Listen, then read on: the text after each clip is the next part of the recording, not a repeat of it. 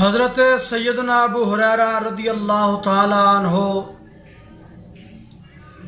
حدیث روایت کرتے ہیں،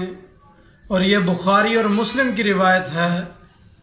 کہ نبی اکرم صلی اللہ علیہ وآلہ وسلم نے ارشاد فرمایا: ما بین بیتی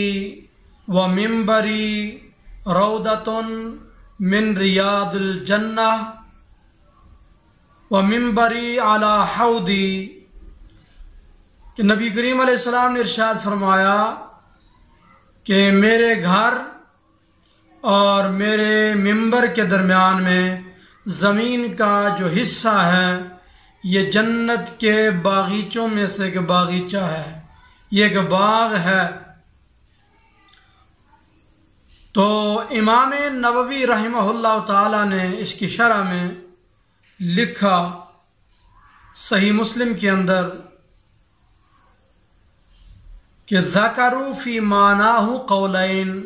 اس حدیث کی تشریح میں محدثین کرام نے دو قول نقل فرمائے۔ احدہما ان ذلک الموضع بعینہ ینقل الی الجنہ، پہلا قول یہ ہے کہ قیامت کے دن یہ جگہ بعینہ، جو حضور کے گھر مبارک سے لے کر منبر شریف تک ہے، یہ جتنا حصہ ہے زمین کا، یہ قیامت کے دن جنت کی طرف منتقل کیا جائے گا۔ لہٰذا یہ حدیث پھر ظاہر پر محمول ہوگی۔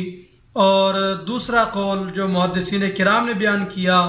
فرمایا اس حدیث کا مطلب کہ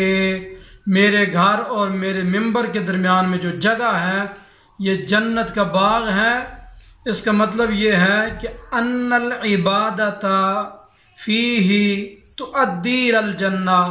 اس مخصوص جگہ پر عبادت کرنا بندے کو جنت میں پہنچا دیتا ہے، یعنی اس مقام پر جو عبادت کی جاتی ہے وہ رد نہیں ہوتی بلکہ بندے کو جنت میں پہنچا دیتی ہے۔ اور یہی حدیث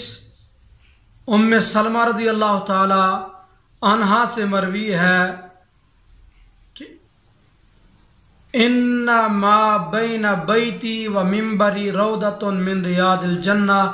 یہ سنن نسائی میں امام نسائی علیہ رحمہ نے تخریج فرمائی۔